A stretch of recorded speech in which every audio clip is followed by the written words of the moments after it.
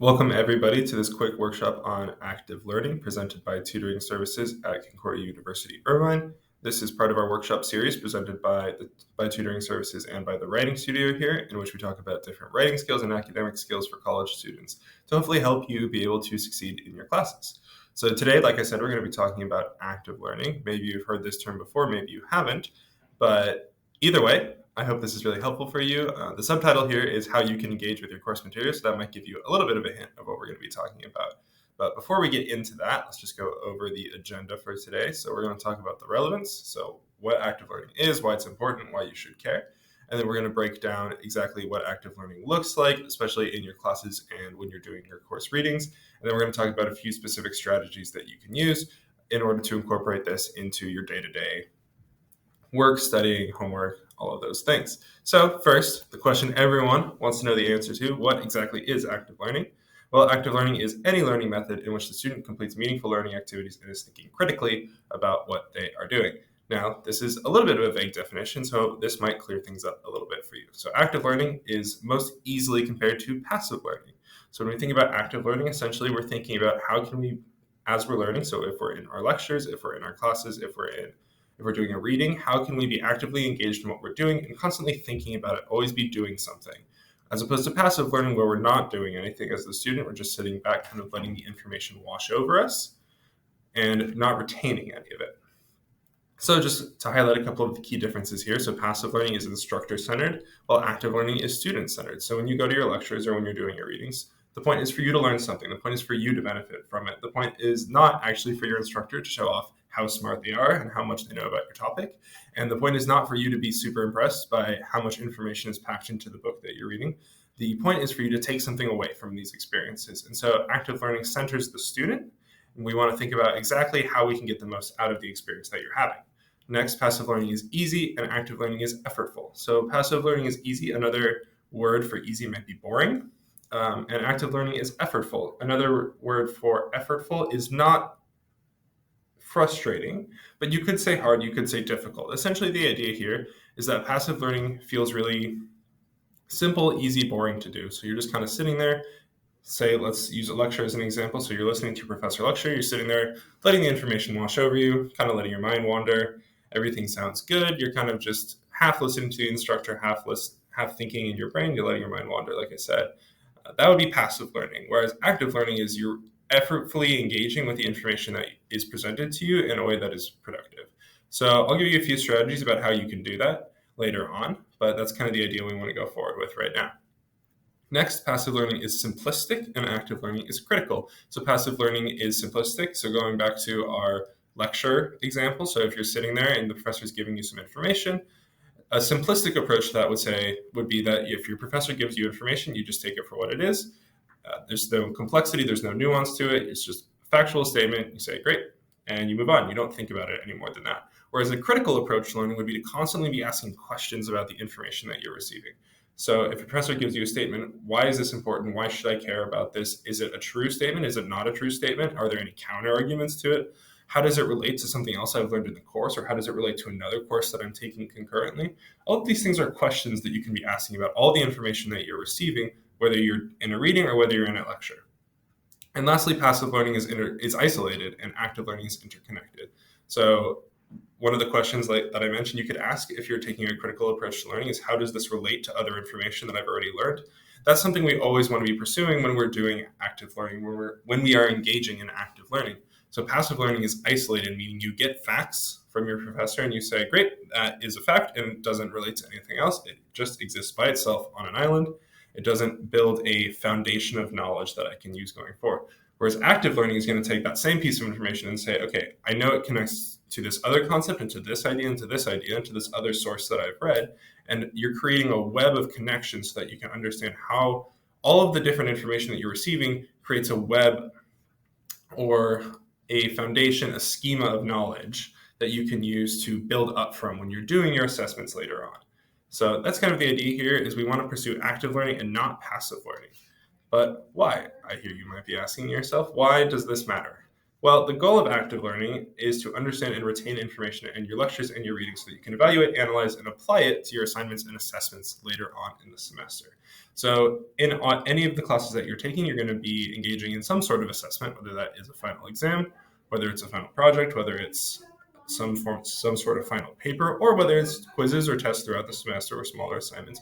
All of these are forms of assessments in which you're going to need to take the information from the class, evaluate it, analyze it, so break it down, and then apply it to those assignments to create arguments or to answer questions or to solve problems in order to get credit, right? That is the goal of all of the classes that you are in as a college student. None of that can happen unless you first understand and retain the information that you need. And hopefully we can do that in our lectures and during our readings so that we don't have to go back and do it later on. So essentially the idea here is you're spending 50 minutes, or you're spending an hour and 15 minutes in your lecture. You're spending half an hour doing your readings every night for all of your different classes. And so we want to make use of that time and actually remember, retain, and understand that information so that when you get to your quiz or your project or your paper, you don't have to go back and reteach all of that same information to yourself because you've already learned it. So that's how we can hopefully use active learning in order to help ourselves streamline this process a little bit and make things a little bit easier for us down the line. So let's break it down. How can we use this in our classes? Well, first, let's think about how do we learn. So this is a 3-step process, pretty much how you learn and retain any sort of information. So the process begins by encoding, and that's literally just how the information moves from the paper or your professor or a whiteboard into your brain. So you are encoding it through visual or auditory stimuli. Next, that same information is consolidated. So it's categorized and organized in your brain. Your brain is figuring out, is this important? What does it relate to? Do I need to remember this, essentially? And then lastly, the third step in this process is recall. So that same information that you've encoded and consolidated is then reproduced, applied, analyzed, and evaluated later on. All 3 of these steps are really important, and we want to take advantage of all 3 of these steps and make sure we're doing them to the best of our ability so that we can produce results when we get to that recall step at the beginning, and we don't have to go back and re-encode that information or reconsolidate that information when we really want to be recalling, right? So encoding, when we encode information, just to go a little bit more in depth here, your brain asks 2 questions. The first question is, can I understand this? And the second question is this important? Is this relevant enough for me to remember it? So if you don't understand something in the first place, you can't encode it. So you can't skip from encoding to consolidation if you don't understand the information in the first place. And you also won't consolidate that information if it's not important enough. So first, when a piece of information comes in, we need to recognize, is this important enough to remember, and can I even understand it in the first place?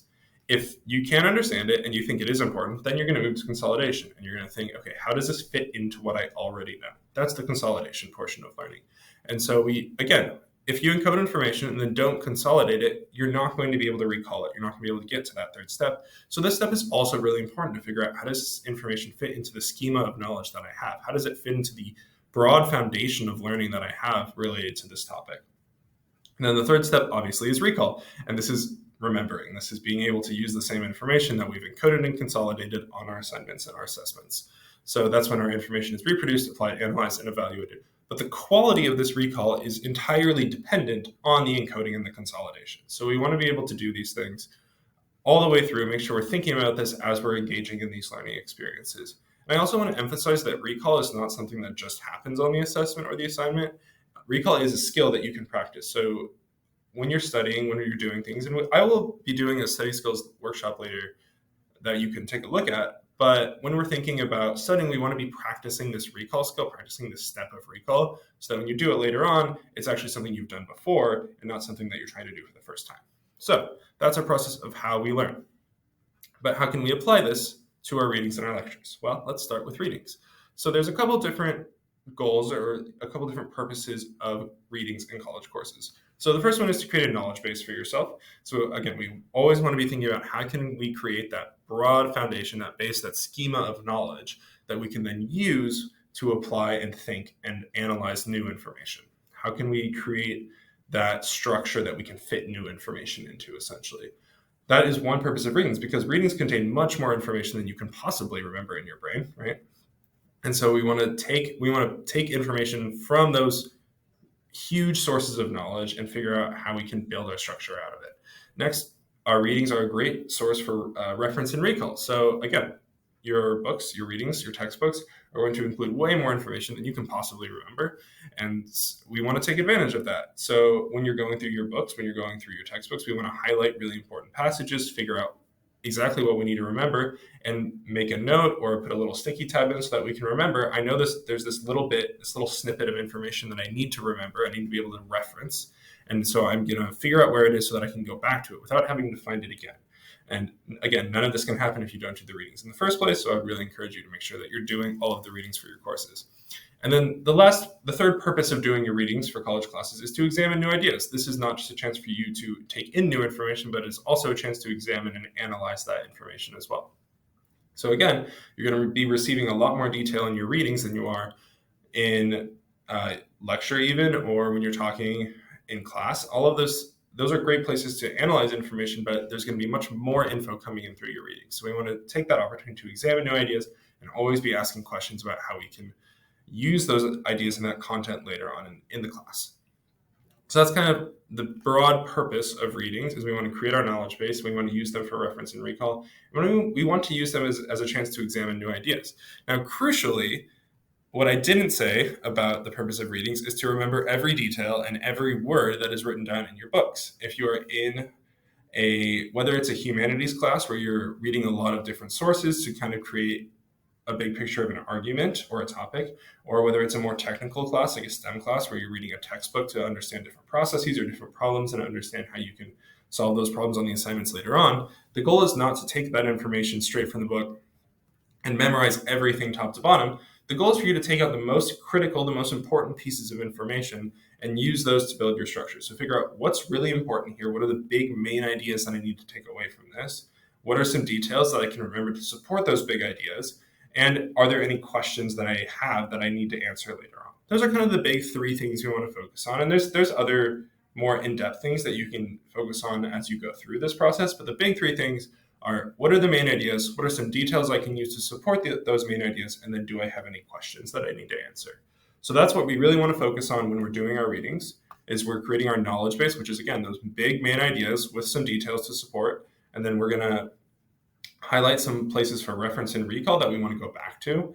And then we want to examine new ideas and figure out, do we have any questions about these or any insights about these that I want to discuss later on? So that's readings. But what about lectures? So lectures serve a slightly different purpose than readings.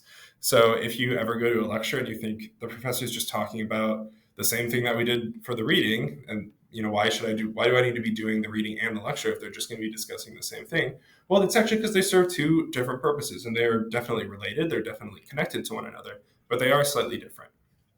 And again, this is the front end of that learning process. So the back end of the learning process is applying the information to your assessments. The front end is doing the readings and attending the lectures in order to bring in that information in the first place and think through it so that we can build that foundation of knowledge. So we went over the purpose of readings. Now let's talk about lectures. So the first purpose of going to a lecture is that you receive an expert perspective on the topic that you're talking about. So your professor hopefully has much more experience in whatever subject that the class you're taking is in. And this is your chance to hear someone who has read really deeply and had a lot of experience with this topic talk through what they think about it, what their questions are, answer questions that you might have, and just kind of get that perspective from a real person and not just from the book. This is also an opportunity for you to ask questions of the professor. And I would really, really encourage you to take advantage of this opportunity, because when you're going through the readings, you might have questions that are difficult to answer, even if you try and figure them out by going through other readings or by Googling or watching different videos on the topic. Those are ways to answer questions, but asking the question directly to the professor is probably the most effective way that you can answer a question. The third purpose of lectures is to give you a chance to discuss these ideas with your classmates and with your professor. So again, whether it's a humanities class where it is more of a back and forth Socratic discussion and you're talking through some argument that in a history class or an English class, something like that, or whether it's a more technical class and you're discussing how to solve a problem, how we can use these different processes to solve different problems. These are both chances for you to discuss these ideas with your classmates. And this is a thinking opportunity for you and a learning opportunity for you to actually take that foundation of knowledge that you've built during your readings and you've built during your lecture, and then start applying it right away in that discussion. So this is all part of the learning process. And then again, the fourth goal here is for you to formulate and examine some new ideas as well. So again, this is not just a chance for you to take in information and let it wash over you. This is a learning opportunity for you. And I really want to highlight that in both your readings and your lectures, is that they're learning opportunities for you, not just a chance to kind of hear information and not think critically about it. So we want to participate in discussion. We want to ask questions. We want to formulate and examine ideas, because that helps us think critically about those ideas with someone who has an expert perspective on the topic in the room, who can help guide that discussion, who can answer those questions, who can maybe pry on some different ideas that we haven't totally thought through, or might open new doors that we haven't thought about. That's kind of the idea of going to a lecture. So we really want to make sure that we're participating in those lectures as much as possible in order to get the most benefit out of them. So now that we've talked about how we learn and the purpose of readings and our lectures, let's talk about some specific strategies that we can use. So the first one is something I really like, called the study cycle.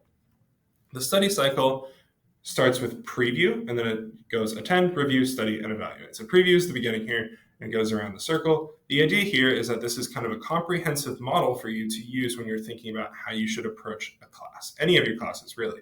So the first step here is really crucial, and it's preview. And all preview means is you need to take 5 or 10 minutes before your class begins to go over the material, figure out what is going to be discussed in that lecture, and to see if you understand the main ideas and if you have any questions about it. So again, this is not a substitute for reading. We still want to do the readings, but just do slightly preview your class so that you have an idea of what you're going to be talking about before you go in. Because if you go into your class and you need to spend the first 10 or 15 minutes figuring out what you're even talking about, you're going to get behind in the lecture and you're going to be a little bit lost. So preview is a really important step here.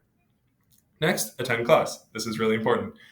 And I do want to emphasize that the goal here is not for you to just go sit in the class and not pay attention and let the information kind of go in one ear and out the other. We want to be actively participating. We want to be doing something in class, because that's how we learn, is by doing something.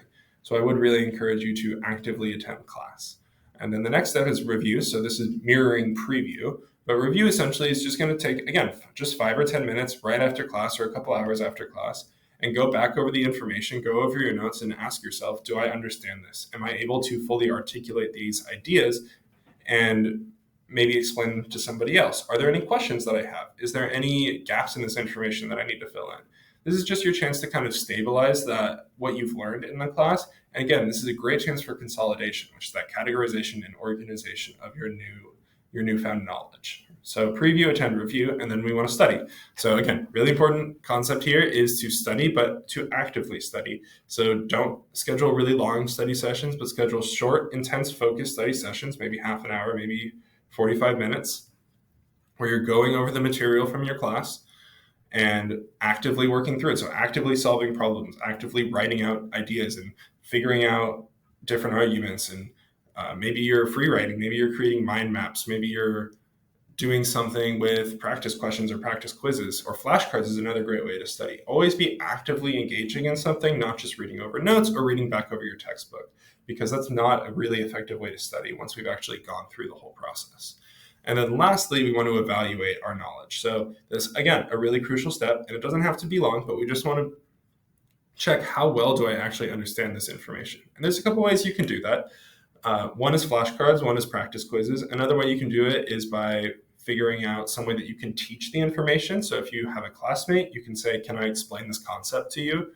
And if you feel comfortable that you can actually articulate, then you probably have a good grasp of it. But if you are stumbling over your words, or you're not really sure where to go with it, then you might need to go back and revisit the study step. So preview, attend, review, study, and evaluate. All of these steps are really important, and I would encourage you to use them. But this is a cycle. It is not a line. So evaluate goes straight into preview for your next class.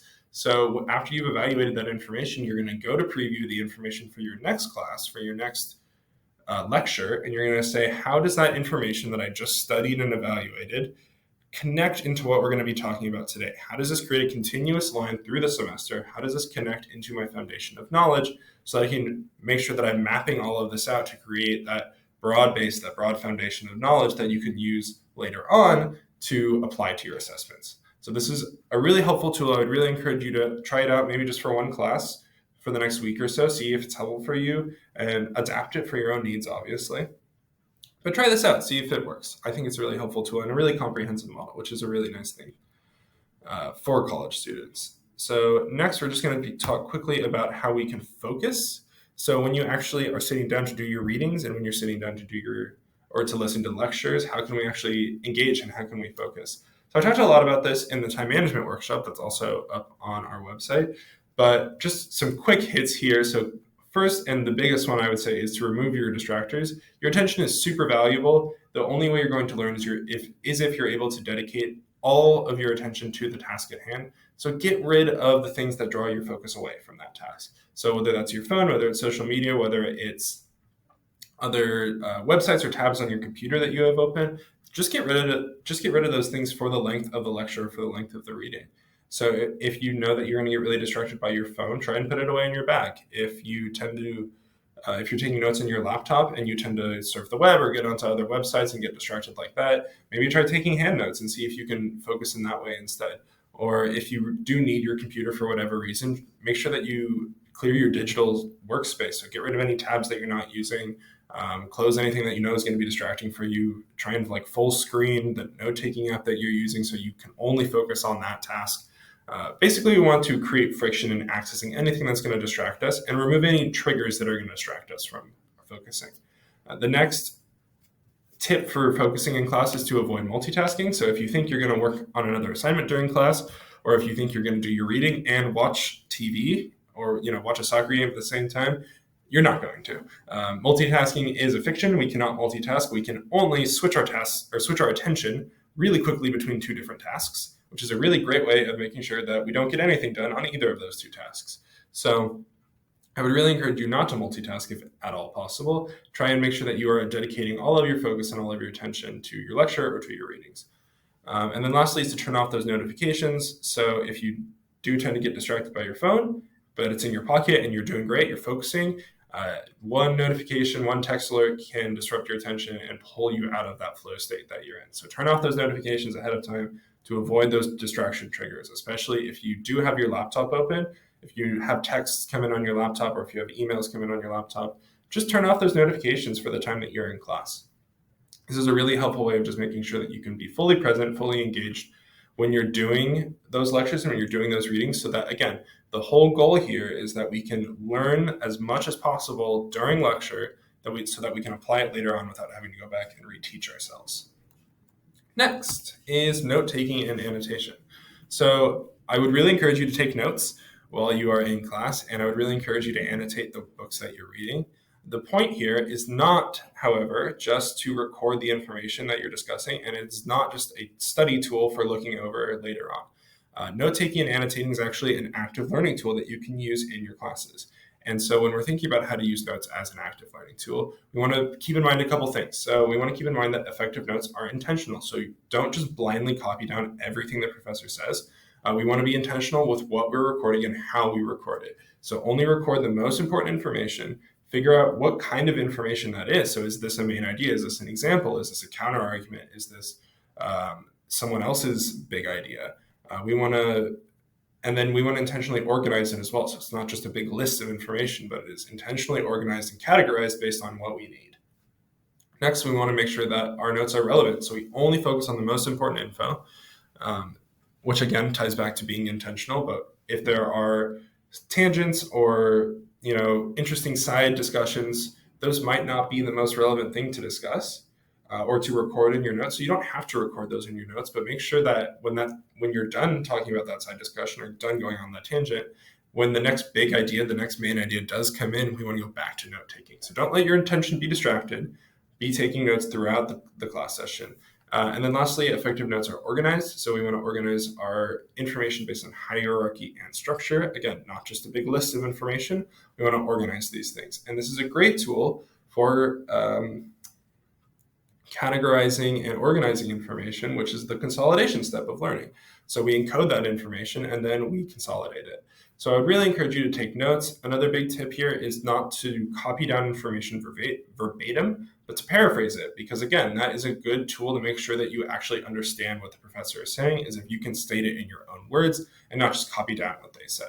So effective notes are intentional, they're relevant, and they are organized. So that's note-taking. What about annotating? Well, annotation is when you're doing your course readings and you're underlining things, highlighting things, circling things, writing questions in the margin, all of those things are considered annotation. And again, we want to use the same principles here. So annotation is not just a reference tool. It can be a great reference tool, and we want to use it as a reference tool, but it is also a learning tool. So we want to be intentional with what we're annotating. Don't annotate everything. We only want to underline the big main ideas. We don't want to go back through our books and think, man, I can't find anything important because I underlined everything.